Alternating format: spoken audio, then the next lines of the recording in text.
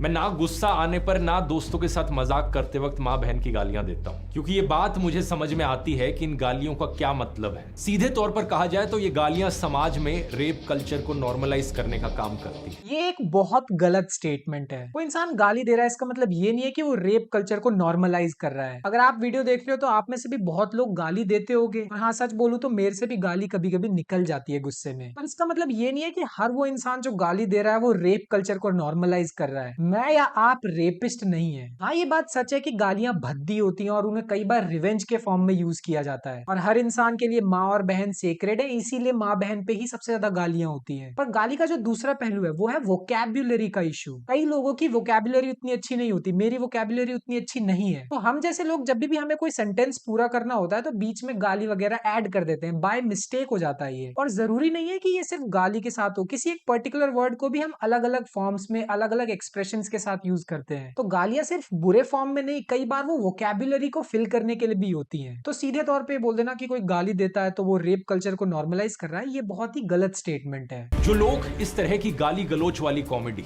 India's got latent show में दिखाए जाने वाली वल्गर कॉमेडी को सपोर्ट करते हैं, उनकी तरफ से सबसे बड़ा आर्ग्यूमेंट ये रहता है कि ये जोक्स ही तो हैं, मजाक को मजाक की तरह लो। इनफैक्ट जब अनुराग ठाकुर ने गोली मारो वाला स्लोगन दिया था, उस हेट स्पीच केस में जज ने भी यही कहा था कि इन्होंने तो स्माइल करते हुए बोला था, इसलिए चलता है। अनुराग ठाकुर ने जो गोली मारो वाला स्लोगन दिया था वो एक थ्रेट है, और ये दूसरी चीजें जोक्स हैं। जरूरी नहीं है हम जोक मारते हुए किसी को धमकी दे रहे हैं, किसी का बुरा ही चाह रहे हैं। इन दो बातों को आपस में लिंक करने का कोई भी सेंस नहीं बनता है। एक चीज धमकी है, गोली मारने की धमकी है, दूसरी चीज जोक है। दोनों को कहां से हम जोड़ सकते हैं? कुछ लोग इसे डैंक ह्यूमर कहेंगे, लेकिन असलियत में ऐसे सो कॉल्ड जोक्स का सिर्फ मकसद होता है ऑडियंस को शॉक करना।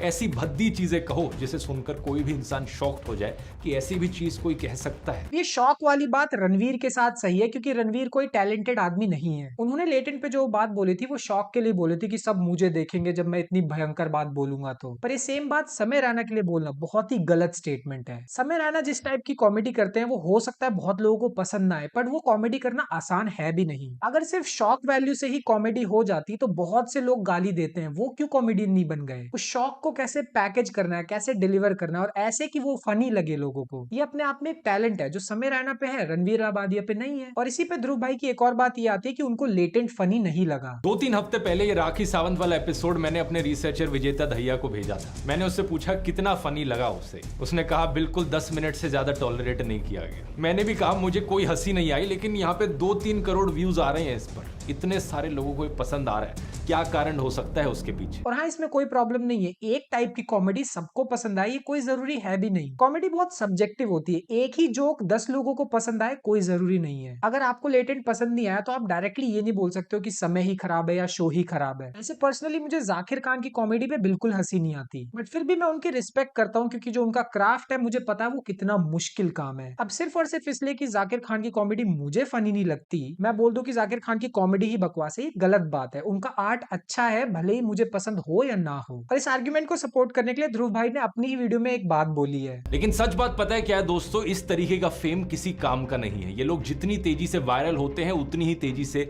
इनका डाउनफॉल भी देखने को मिलता है। सच बात यह है कि सोशल मीडिया पर लॉन्ग टर्म में सक्सेस पाने के लिए आपको मेहनत करनी पड़ती है। और यही आर्ग्यूमेंट समय रैना के सपोर्ट में इसलिए है क्योंकि वो आज से फेमस नहीं है। ऐसा भी एक टाइम था जब उनको सिर्फ 40 लोग देखा करते थे, और आज करोड़ों लोग देख रहे हैं। ये कोई एक दिन में नहीं हुआ है, ये सब सिर्फ इसलिए हुआ है क्योंकि वो टैलेंटेड हैं, उन्हें जोक्स अच्छे करने आते हैं, भले ही वो आपको पसंद हो या ना हो, वो टैलेंटेड हैं। मैं बार बार समय रैना की तारीफ कर रहा हूँ, इसका मतलब ये नहीं कि मुझे उनके सारे ही जोक्स पसंद आते हैं। कुशा कपिला पे उन्होंने जो जोक्स किए थे वो मुझे बहुत ही ज्यादा बुरे लगे, पर अगेन इसमें भी ध्रुव भाई का जो लॉजिक है वो सही नहीं है। जो लोग इस कॉमेडी को देखते हैं वो बाहर असल जिंदगी में जाकर यही शब्दों का प्रयोग करते हैं औरतों के खिलाफ। नहीं, बिल्कुल भी नहीं। मैं या मेरे जैसे बहुत से लोग जिन्होंने इस शो को देखा होगा, ऐसा बिल्कुल नहीं है कि हम रोड पे जाएंगे और औरतों के खिलाफ भद्दी भद्दी बातें करेंगे। जो लोग इस तरीके का गंद मचाते हैं उनको बस बहाना चाहिए होता है, और जरूरी नहीं है कि ऐसे जोक्स करने वाला हर इंसान रियल लाइफ में भी वैसा ही हो। कुशा कपिला ने अपना खुद का कंसेंट दिया था उस शो पे आने के लिए। बाद में अगर कुशा कपिला को लगा कि यार ये जोक्स ओवर द टॉप थे, मुझे नहीं पसंद आए, तो मेरा पर्सनली मानना है वो यूट्यूब पे वो कभी अपलोड ही नहीं होने चाहिए थे। पूरा का पूरा समय रैना वाला सेगमेंट कट कर देना चाहिए था, वो अपलोड नहीं होना चाहिए था। और इसीलिए मैं कुशा कपिला, समय रैना, आशीष सोलंकी तीनों को गलत बोलूंगा इस चीज में। शायद आप बोलो कि भाई बीच रास्ते में कंसेंट कैसे चेंज हो सकता है। भाई कंसेंट है, वो कभी भी चेंज हो सकता है। अगर जोक्स होने के बाद भी कुशा कपिला को वो जोक्स पसंद नहीं आ रहे तो वो कभी भी यूट्यूब पे नहीं जाने चाहिए थे। कंसेंट से ही अगली वाली बात आती है। जो लोग एक्चुअली में छोटी हाइट के हैं, मोटे हैं, काले रंग के हैं, डिसेबल्ड हैं, उनको बुली किया जाता है असल जिंदगी में,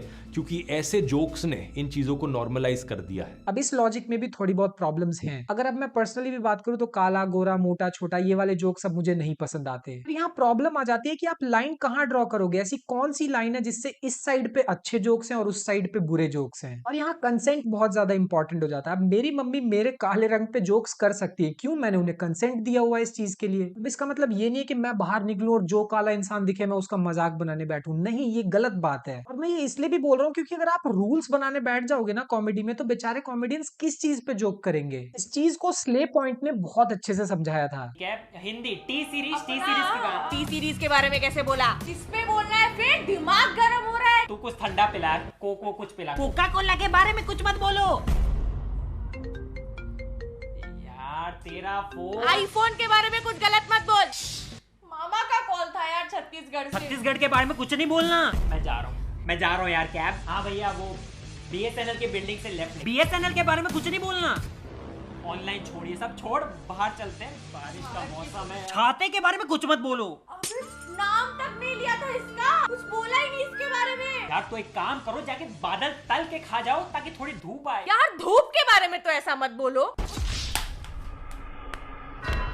और अगर इसके एक्सट्रीम वर्जन में जाएं तो समय रैना का वो वही बच्चे वाले जोक पे आ जाते हैं। एक गरीब बच्चा है मेरे पास, ठीक है, तो मैंने उसको ऐसे ही ना आउट ऑफ ऐसे 2000 रुपए का नोट दे दिया कि हाँ जब मजे कर जाके, ठीक है, ऐसे कर एक दिन आता है कभी साल में, मैंने 2000 रुपए का नोट दे दिया। जैसे मैंने उसको 2000 रुपए का नोट दिया ना, उसके 10-15 दोस्त बच्चे आए, भागे, उसको हाथ पकड़ा, उसको खींच रहे, उससे पैसे धक्का मार रहे, वहाँ लड़ाई हो गई। वहाँ पे एक बच्चा प्लेटफॉर्म से नीचे गिर गया पटरियों पे, एक ट्रेन आके उसको कुचल के चली गई। जो 2000 रुपए मेरे वसूल हुए ना यार,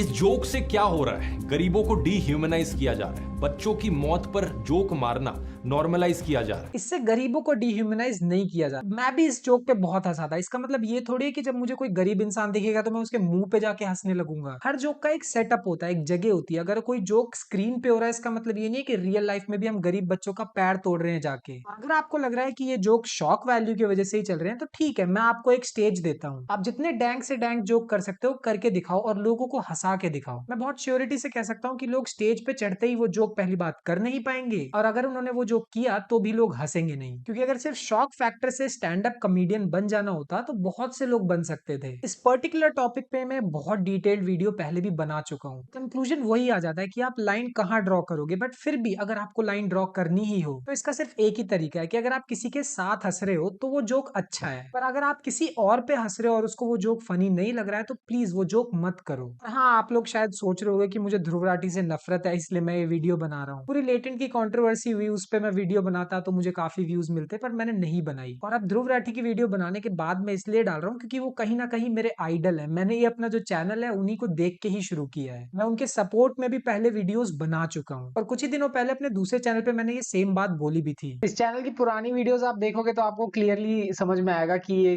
ध्रुव राठी से बहुत ज्यादा इंस्पायर्ड है। वो मैं उन्हें काफी लुक फॉरवर्ड करता हूँ। और ध्रुव राठी की वीडियो भी लगभग 30 मिनट की है, उसमें से मैंने कुछ सर्टेन पॉइंट्स ही उठाए हैं। पूरी की पूरी वीडियो गलत नहीं है, कुछ पर्टिकुलर आर्ग्यूमेंट्स थे जो मुझे बहुत गलत लगे। इसीलिए शायद वो भी ये बात समझेंगे कि जोक्स ना सिर्फ जोक्स होते हैं। हर कॉमेडियन का ये पर्पस नहीं होता कि मैं सोसाइटी को बिगाड़ दूं। और एज एन ऑडियंस हमें ये बात समझनी चाहिए कि कौन सा जोक कहाँ करना होता है, इसकी एक जगह होती है। मैं तो यहाँ तक भी बोल रहा हूँ कि अगर आप अपने दोस्त का भी कोई छोटा सा भी मजाक बना रहे हो और उसको वो नहीं पसंद आ रहा तो प्लीज वो भी आप मत करो। वही आप एक दूसरे का मजाक बना रहे हो और आप आपस में हंस रहे हो तो वो जोक चलेगा, कोई प्रॉब्लम नहीं है उसमें।